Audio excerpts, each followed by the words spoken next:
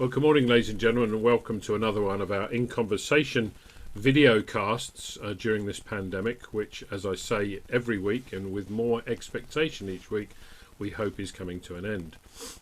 Today, I'm delighted to have it's a challenging, a scene breaker, an industry breaker type of company who think that the hotel industry is broken and that they're going to fix it.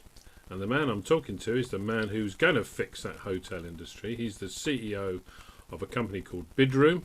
His name's Michael Ross. And good morning, Michael. Good morning.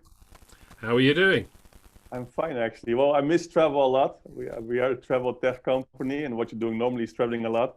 Since a year, I'm sitting mainly at home, so I'm good, but I do miss travel. Good. Michael, the company is not in its first flush of youth. It's been going for 7 years now. Perhaps you can explain the concept of Bidroom and how you started it. What was the idea behind it originally? Yeah, before Bidroom, I had a different company in travel. It was packaging, flight hotel transfers. And when we had conversation with the hotels, they were always complaining about the high commissions of the OTAs.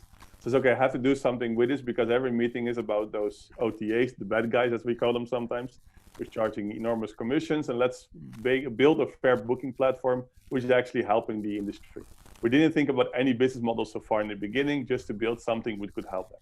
So what we built actually, and also how it started, is that's also a bit where the name Bidroom comes from, is that hotels were bidding on a customer. So if you're searching, for example, for a stay in London, hotels in London can make an offer for those potential travelers. It was a great initiative. It was great to see there are a lot of hotels were bidding. But at the end, if 100 hotels are bidding, one of the hotels get at the end the customer. So 99 hotels said, right, they were actually disappointed. That from that moment, the whole journey started into automation, automated offers, etc., connectivity, technology, everything. So it started pretty simple, and it really went into really like a tech movement. And that's what it takes years, if you see, especially when you want the hotels on board, right? Now we have the Premier Inns, the IHGs, the Wyndhams, etc. Take you years to connect them, to build the technology, etc. So we need those years, actually, especially last 3 years, we're quite heavily focusing on contracting and connecting hotels. And the beginning was a lot of testing and learnings. Now, your premise, I believe, is that someone like me who wants to go and stay in Warsaw, for example, in Poland, I go in and I say, right, I want to stay in Warsaw. It goes away and searches, and it will come back with a selection of hotels, and it will show you what I'm saving in terms of the general rate. I don't know what that rate is that you're quoting, but it might be an OTA, for example, like Booking.com, which also happens to be a Dutch company. That's generally the principle, but in order for me to access and book that hotel, I have to pay you a membership fee. Yeah, we have a more like an Amazon Prime business model, or some people are calling it the Netflix of the hotel industry. To make the comparison, indeed, you're paying a membership fee to us. You can make a free account as well to see what we have, but at the end, of course, you can take a paid account when you have all the full benefits and the full inventory, and then you're saving on travel. Because we don't charge high commissions to the hotels, we ask them for a discount, which means on average, it's more than 9% discount what hotels are giving to us compared with the lowest rate available on any other booking platform. So that's why we're showing to our members as well the difference. So if you see a rate of £100, for example, on Booking, in that case, it will be 91. Plus a lot of extra perks. So we also negotiate with the hotels, extra perks, upgrades, vouchers for the spa, restaurant. So the total value actually per booking, the total discount is the financial discount on your stay, plus maybe 100, 200 pounds extra in added value. And because we don't have to charge because we don't charge the hotels high commissions, yes, we have to also survive and monetize somewhere. We deal with the guests, and so we charge them a membership fee. But normally after one booking, they already, even less than one booking, they have their money back already. So the savings are so high that actually the membership fee is, in most cases, a no-brainer. So for complete transparency, your business model is that you will contract with hotels. You still charge them a commission, but much lower than normal OTAs and hotel booking systems. And you charge a membership fee. But what the member gets is a big discount on basically the booking of a hotel. Just to correct you there, we don't charge a commission to the hotels. We have for them a membership fee as well. but only when we just bring them X numbers of revenue. If not, they don't even have to pay anything. So if they go to a specific threshold, they have to pay a small fee, which could be, for example, 100 euro per year. So it's pretty small. Still, also because we have some costs related to connectivity for channel managers, PMS. So we have to charge them something, but it's compared with any charges of the hotels with the OTAs, it's super minimal. Right. So, in essence, your only income is the membership fee from people such as myself. Main income is focusing indeed from the users. Yeah. Cool. Now we're talking about hopefully coming towards the end of the pandemic at some point in the not too distant future.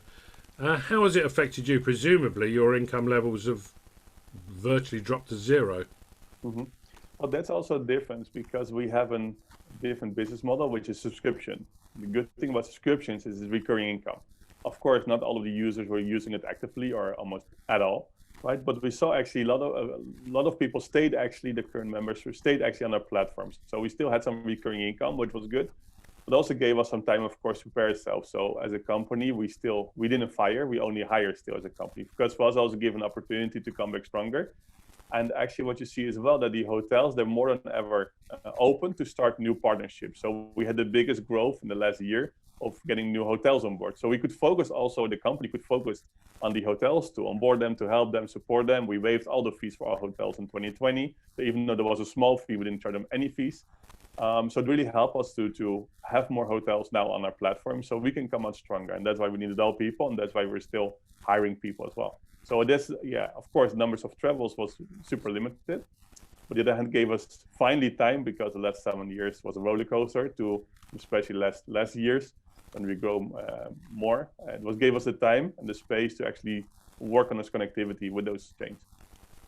Excellent. So the pandemic, you've been busy during the pandemic, and as you say, you should, as a company, you'll be coming out stronger than you went into it. Now, how do you actually get your clients? How do you get people like me to sign up? I mean, what methods do you use? I'm obviously using PR and using interviews such as this. Yeah.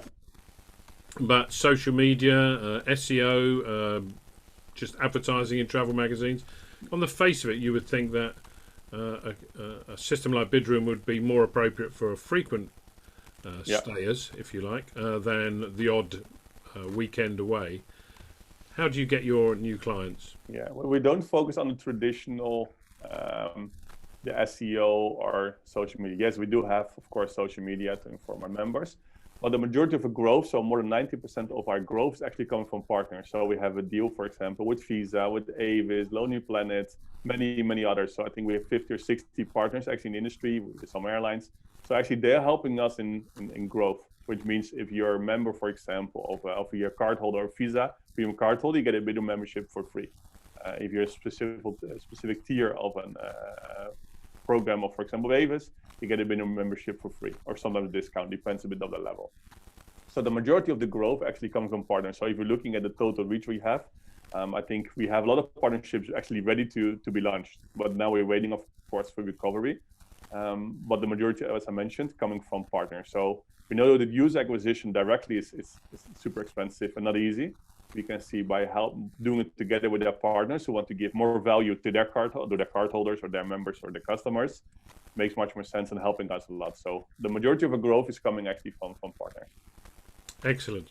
Now, technology changes all the time, and I'm sure even in your 7 years, certain methods, certain techniques, certain technologies have come to the fore. The use of mobile, even in that 7 years, would have increased, and the power of mobile would have increased as well. Do you see any major changes coming up in terms of your technology, or is it basically just tuning? No, we built, this is our fifth website that we have now. So we had, of course, things are changing, trends are changing, the look and feel of websites are changing, are trend related. Also, when looking at everything what is behind. I'm a big racing fan, and I often make the comparison between the Formula One car and the engine behind. We saw as well we needed an engine in the car which actually can win this battle. So there were not good engines out there. So what we had to do, we had to build one by ourselves. It was really, really difficult. We took our CTO from Silicon Valley, built a whole team around him, who actually built this whole infrastructure for connectivity. I think it's one of the most advanced and scalable infrastructure there is to connect with change with hotels out there. And now you can see that it's super easy to connect those hotels. So it's really helping us also in the long term. And this took actually like the last 2 years, we're really focusing on this infrastructure connectivity part. Before we were connecting as well with hotels, more individual basis, which was not super scalable. And this is also changing. You have to prepare yourself for new languages.